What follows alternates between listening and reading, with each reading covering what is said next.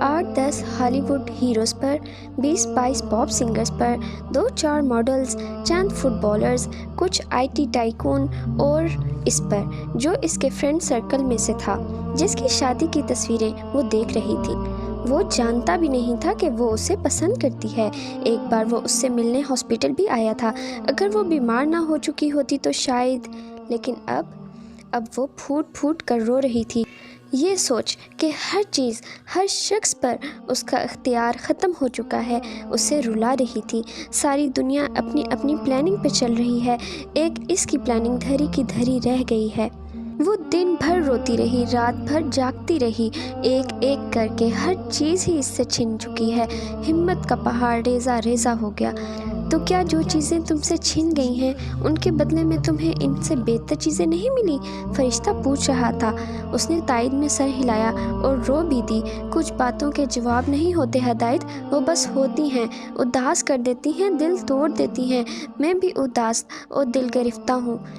تم پھر سے کمزور بن رہی ہو ہدا۔ میں نے تمہیں اینٹ پہاڑ بنایا ہے۔ اس دل شکستی کو، خود کو دلدل نہ بننے دو۔ تمہیں اپنی محنت کے ضائع چلے جانے کی فکر ہوگی۔ اس نے طنز کیا۔ ایک لمبے عرصے کے بعد یہ رویہ اپنایا تھا۔ میں تمہارا گارڈ ہوں، مجھے تم سے زیادہ کون عزیز ہوگا؟ تم سے زیادہ کس کی فکر ہوگی؟ ہدا نے گہرا سانس کھینچا۔ میں تنہا رہنا چاہتی ہوں، میں ہر وقت تمہیں نہیں سن سکتی۔ اس نے چڑھ کے کہا، ہدا تم ٹھیک ہونے جا رہی ہو، تھوڑی سی ہمت، بس تھوڑی سی اور۔ پہلے تو وہ ٹہلتی رہی اور پھر ایک دم سے چلا اٹھی، مجھے جھوٹی امید مت دو، بس کر دو، دفع ہو جاؤ۔ فرشتہ دنگ اس کی صورت دیکھ رہا تھا۔ تم نے میری کہیں سب باتیں بھلا دی؟ تم نے مایوسی کی زبان سننی شروع کر دی؟ وہ سر تھام کر بیٹھ چکی تھی۔ نہیں، لیکن مجھے یہ مان لینے دو کہ میں اس بیماری سے نہیں نکل سکتی۔ سب ختم ہو چکا ہے۔ تم اس بیماری سے کیوں نہیں نکل سکتی؟ تم نے ایسا کیوں سوچا؟ کیونکہ اس کا علاج نہیں، مجھے دماغ کا کینسر ہے۔ میرا کیس اپنی نوعیت میں پیچیدہ ہے۔ شفا سائنس کی زبان پڑتی ہے نہ میڈیکل رپورٹس کی، وہ بس ملتی ہے، واقعی ہوتی ہے، آسمان سے اترتی ہے، حکم پر عمل درآمد کرتی ہے۔ اس نے ایک درد بھرا سانس کھینچا۔ میں نے تم سے کہا تھا یقین رکھو، میں نے یقین رکھا ہے۔ اس کی آواز تیز تھی۔ رکھا ہے، لیکن پھر بھی یہ بہلاوا لگتا ہے۔ جب انسان یقین کھو دیتا ہے تو وہ سسٹم کو ریورس گیئر الٹا چلانے پر چھوڑ دیتا ہے، پھر ہر شے، ہر کام، ہر چیز الٹی چال چلنے لگتی ہے۔ مایوسی کفر ہے۔ یہ اس لیے کہا گیا ہے کہ ریورس گیئر سے بچا جائے۔ ایسا سمجھ لو کہ یہ الٹی چال روحانی طاقت کو کھا جاتی ہے، جیسے آگ سوکھی لکڑیوں کو کھا جاتی ہے۔ دنیا بھر کے ڈاکٹرز کا اس حقیقت پہ یقین ہے کہ دوا صرف 5 یا 10% کام کرتی ہے، باقی انسان کی انرجی کام کرتی ہے۔ اگر تم یقین رکھتی ہو کہ تم ٹھیک ہو جاؤ گی تو دوا اپنا اثر بڑھانے لگتی ہے، کیونکہ تمہارا سسٹم ٹھیک کام کرنے لگتا ہے، روحانی سسٹم جسے ابھی سائنس واضح نہیں کر سکی اور شاید ہی کبھی کر سکے۔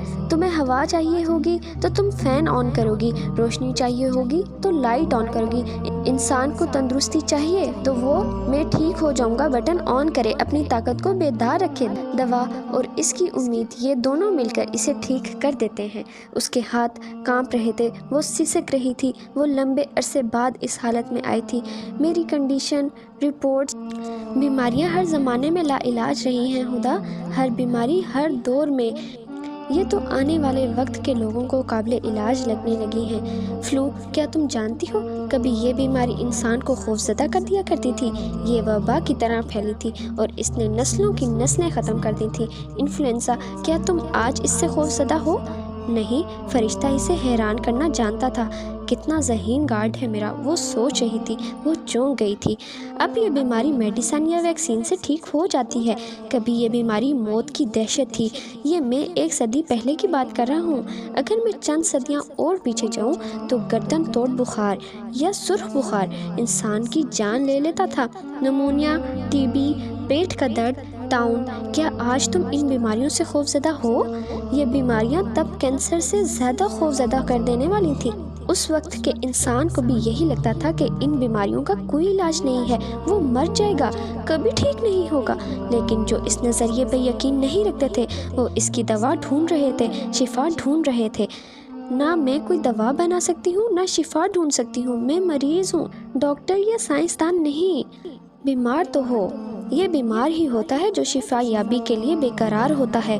تم خدا سے شفا مانگتے ہوئے اس کا اختیار دیکھو، اپنی بیماری کی سٹیج نہیں، اپنی رائے کے دانے سے بھی چھوٹی عقل سے اپنے رب کی عظمت کو نہ پرکھو۔ سائنس نے ہمیشہ ثبوتوں کی زبان بولی ہے۔ ثبوت: پہلے زمین چپٹی تھی، لیکن جب آلات بنے تو زمین بیضوی نکلی۔ کیوں؟ کیونکہ جو اسے چپٹی مانتے تھے ان کے پاس آلات نہیں تھے، ثبوت نہیں تھے، بس ایک جاہلانہ نظریہ تھا۔ جو عقل مند تھے وہ یقین رکھتے تھے کہ زمین کیا ہے، نظام کیا ہے، کارخانہ خدا کیسا ہے۔ جن کے پاس شعور نہیں تھا ان کے خدا سورج چاند ستارے تھے، جن کے پاس شعور تھا ان کا خدا سچا خدا تھا۔ یقین اسے ہی کہتے ہیں خدا کہ جو دکھائی نہ دے لیکن موجود ہو، جو ہو نہ سکے لیکن ہو۔ اپنی آگاہی کو بیدار کرو، اپنی روحانی قوت کو کام میں لاؤ۔ گلین کنہنگم 8 سال کا تھا جب وہ اسکول میں بھڑکنے والی آگ میں جھلس گیا تھا۔ ڈاکٹر اس کی دونوں ٹانگیں کاٹنا چاہتے تھے کیونکہ وہ اپنی ٹانگوں کا گوشت، گھٹنے سے ٹکنے کی ہڈی اور پیروں کی ساری انگلیاں کھو چکا تھا۔ اس کی ماں نے ٹانگیں کٹوانے سے انکار کر دیا تھا، لیکن پھر بھی وہ تاعمر چل نہیں سکتا تھا۔ لیکن وہ چلا، بلکہ دوڑا۔ دوڑ میں دنیا کا پہلا ریکارڈ لگایا۔ 1 میل کا فاصلہ اس نے 4 منٹ میں دوڑ کر پار کیا۔ اس کا یہ ریکارڈ آنے والے 3 سالوں تک کوئی نہیں توڑ سکا تھا۔ اس سے پہلے تھراپسٹ ڈاکٹرز کا ماننا تھا کہ کوئی انسان 3 منٹ سے زیادہ نہیں بھاگ سکتا، وہ بھاگے گا تو اس کا دل پھٹ جائے گا۔ گلین کا دل سلامت رہا اور اس نے پرانا نظریہ توڑ کر نئی تاریخ رقم کر دی۔ کوئی چیز حرف آخر نہیں ہوتی خدا، ہر شے کی ابتدا موجود ہے۔ تم آگے تو بڑھو۔ اگر انسان کچھ کرنا چاہتا ہے تو اللہ اس سے وہ کروانا چاہتا ہے خدا۔ انسان سے پہلے یہ چاہت اللہ کی چاہت ہوتی ہے، پھر یہ چاہت زمین پر بھیجی جاتی ہے، یہ منتخب لوگوں کو سونپی جاتی ہے۔ وہ لوگ جو حوصلے نہیں ہارتے، ہار نہیں مانتے اور یقین رکھتے ہیں کہ جو کبھی نہیں ہو سکتا دراصل وہی تو ہوتا ہے۔ تمہاری بیماری کے لیے بھی خدا کی چاہت موجود ہے۔ کیا تم وہ زمین پر لا سکتی ہو؟